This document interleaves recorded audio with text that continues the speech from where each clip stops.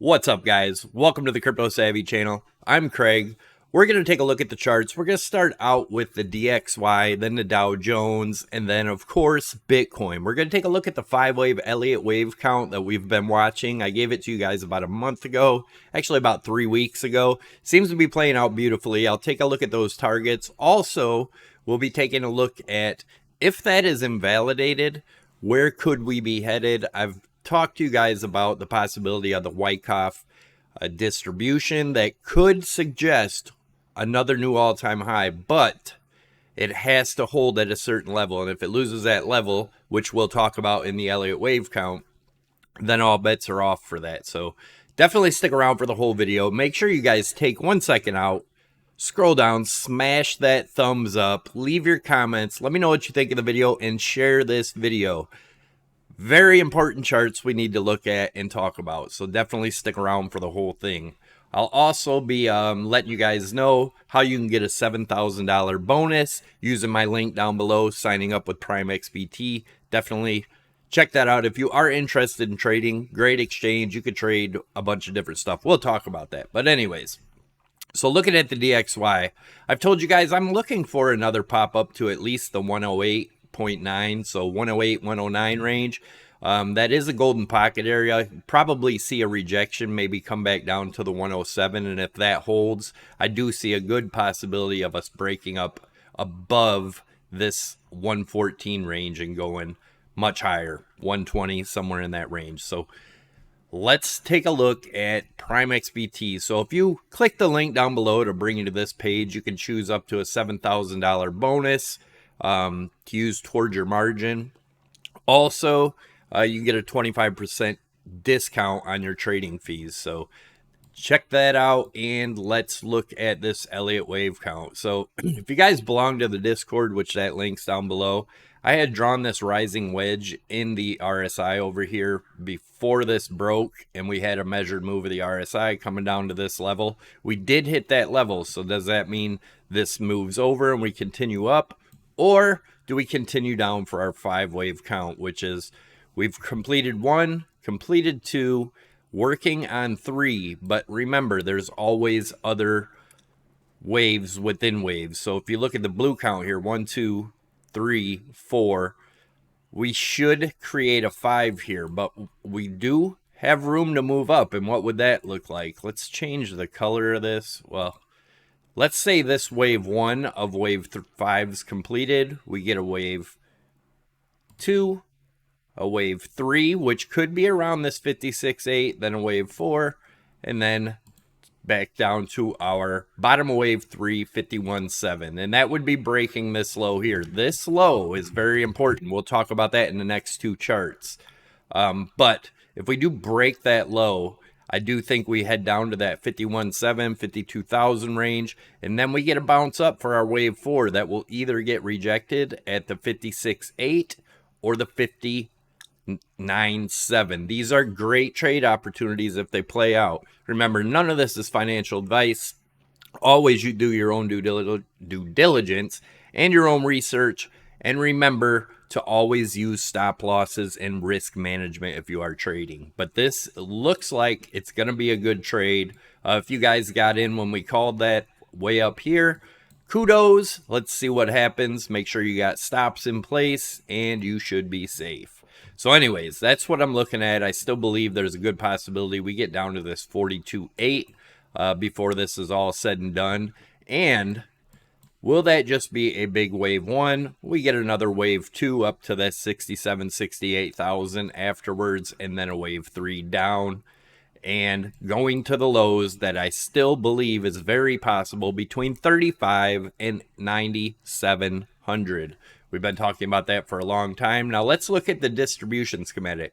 This is the case where I said if we don't break the sign of weakness down here at that 59.5 range, if this does hold, we could be going up for another high up to around 75 to 76,000, which would be the up thrust. And then another rejection to the downside. Now what is that? I'll show you right here. Nope, that's the wrong one. We'll look at that one next. I don't know why this isn't showing up here. There it is. All right, so looking at this, right? This would be what I'm looking at. So if that's the case, then this sign of weakness holds here. We could see another high, that being the last high. If this is schematic 2, right? The Wyckoff schematic 2 for distribution. So that would mean we range in here for a while, possibly the rest of this year before coming down. But let's take another look at another phase. So this one would suggest 2 more highs, and the last high being 77 to 78,000 range. But remember, that's only if this SOW, which is a sign of weakness, holds, right? But either way, if that does hold, we could be still looking for that 75 to 76,000 range. But I am going to show you guys a chart next that shows that this could all be done and top already in. But I do want to put out the bullish case scenario so you guys can see. Let's put up this schematic here. That would look something like this. Right here, you can see how I have it drawn out here. That would show us 2 more highs. We'll see what happens there.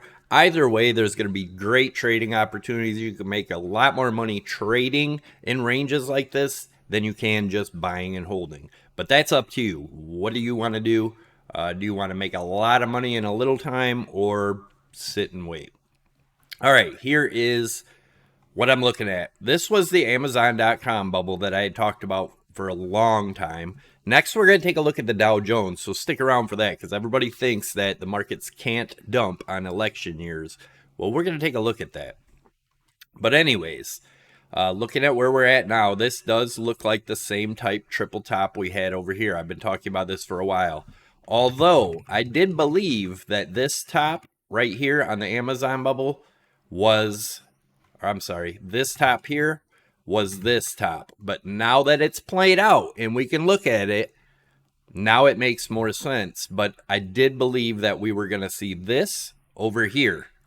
Not quite, but we did make a lot of money nevertheless on that downside. So what we're looking for now is if this is the top. Remember, if that SOW range breaks, the SOW range, the sign of weakness, we could definitely be seeing this. I know a lot of people don't believe that, but remember, markets often do what the opposite of what most expect. And most expect the markets to keep creeping up here. But if you take a look at the real economy, not the news numbers, not the numbers you hear on the news, because they switch them up and it's all crap anyways. The real economy, meaning how do the middle class, remember, U.S. is built on the middle class, they say, but the middle class is struggling right now. Middle and lower class are struggling more than ever. All prices are through the roof. Inflation. Now you're getting other types of inflations, like in the housing market. Housing insurance is going way up. If you live in certain flood areas, the flood insurance is going way up. Car insurance is going up. Everything is going up, meaning the people that were barely making it before are pretty much not making it now. And it's only going to get worse until these markets correct. We need a recession. I believe we've been in a recession. This is just some fake pumps. You know how certain YouTubers and influencers pump and dump like crap coins, junk projects, and just scams, right? I don't believe that CNBC and all those channels are any different. They just use the pump and dumps on traditional markets. They bring on certain people to say certain things about certain companies to give an excuse to pump or dump. They get everybody excited, get them into stuff and dump on their heads, just like the shitcoin market. Now, Dow Jones, let's take a look at this. So we had this Elliott wave count in the Dow. Still looks to be most likely what's playing out here. Should get a fifth wave down and at least break this 37.5 range and get us maybe to 37,440 or 0.618. And then we would probably get a bounce up. This being wave 1, wave 2 going up, getting everyone excited again before coming down. You can also see that on the RSI right here. You had right here, this trend line. We were looking for this rejection right where we got it. things are playing out beautifully, guys, just taking a long time. If you want shit to play out overnight, this isn't the game for you. So anyways, now looking at the Dow Jones, I've showed you guys this structure with the high, low, higher high, lower low, big rally, and then crash. Great Depression. I do believe that is the style of dump we are going to see, guys. So I want to put caution out there. I could be dead wrong, but if I'm right, there is going to be the biggest money grab in history and the biggest opportunity of our lifetimes. Never will we see anything like this again. If this does happen, we get down to very low levels in the markets.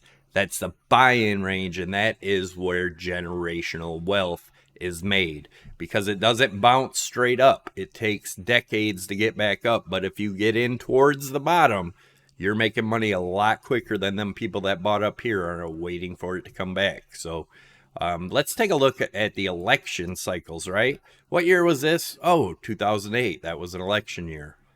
What year was this over here? Oh, 2000. That was an election year. Markets do dump on election years, guys. It's not, they don't hold the markets up because of the election. Just be cautious out there. I'm telling you, some weird crap is going on, and eventually this is going to bust.